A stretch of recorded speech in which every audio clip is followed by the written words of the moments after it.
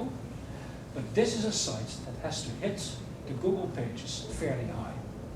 Now, if you Google for yoga, you get about 5 million pages. I'm not going to compete, but we're going to, together with the author, we're going to find very specialized keywords, 2, 3 words in one string, that very narrowly look at one small group of people. And I will not optimize the website for that, I will optimize one page for that.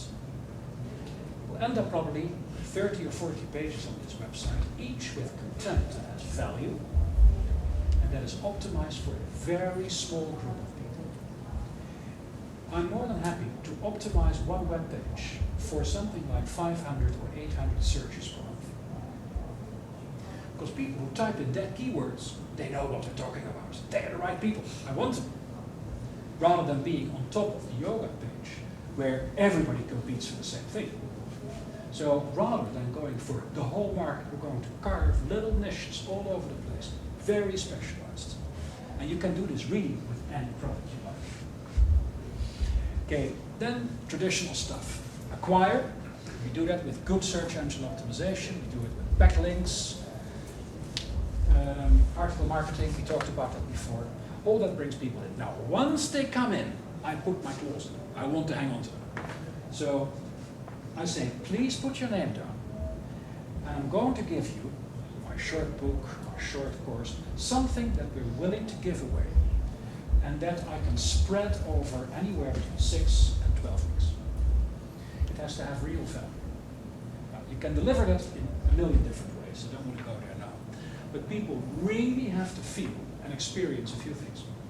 One is to read these 600 to 1,000 words, because that's a typical size, is worth my time. I also believe that the author of this knows much more than she's giving away. So I'm building up the tease, the expectation that the real book is going to be more of the same thing, probably better. Now, and as I said again, we're using aweber.com, which allows me to treat all these people one by one, as if they're individuals. Of course, just a machine was doing the job. Oh, incidentally, I said up to 1,000 on the list. When you go over 1,000, you start paying more. But that's money you love to pay, because, hey, things are going your way. Your list is growing. And once you have people on your lists, they come back. Now, another thing, not just on the internet, people do not buy the first time. When I put a product on your nose that you've never seen before, I have a 15 to 20% chance that you will actually pull your credit card.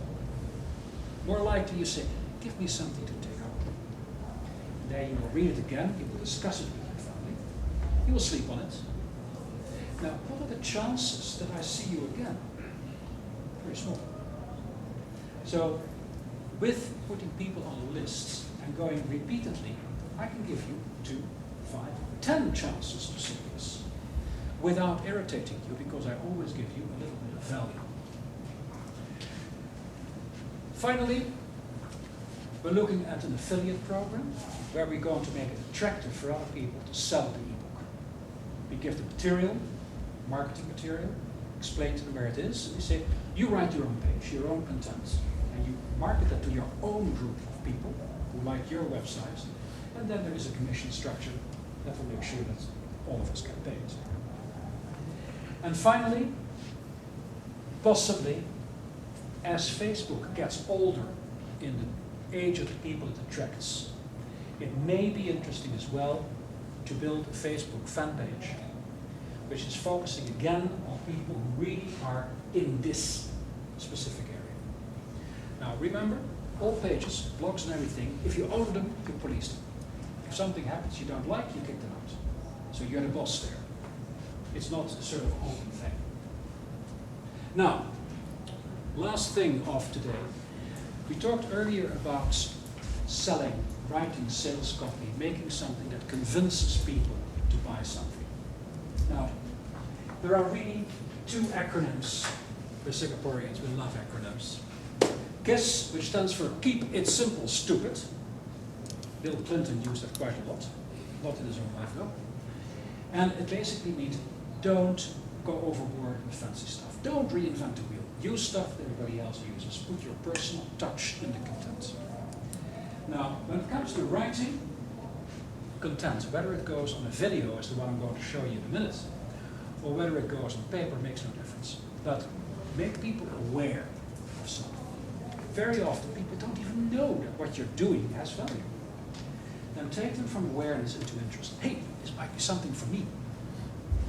And from there, say, I want this. And in the end, open the door for action. So awareness, interest, desire, and in the end, here's my credit card.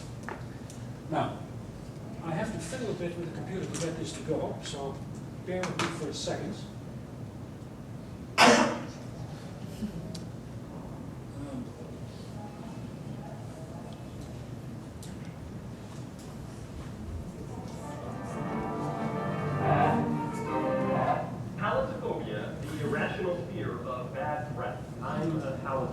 I'm not so much afraid of me having bad breath. I'm afraid of other people having bad breath. As in, hey buddy, your breath smells like crap. Maybe you should develop a case of halitophobia. Now I know what you're asking. How do we know if we have that breath? You use this. Use a spoon. Now I know what you're thinking. A spoon. You eat with a spoon. You play a spoon. You spoon your girlfriend. Here, you can do other things. I'll show you. Just watch. You take the spoon. You take the spoon and you stick it in the back of your tongue and gently scrape it. Let it dry and take a whiff. If it stinks, your breath stinks. And if your breath stinks, this is the only kind of spooning you're going to be getting. The smart viewer out there will know. To check your bad breath, you notice that we checked our tongue. 90% of bad breath comes from bacteria and residue on the tongue. On your tongue. Now, your mom doesn't sound so stupid for telling you to brush your tongue. Now, does she?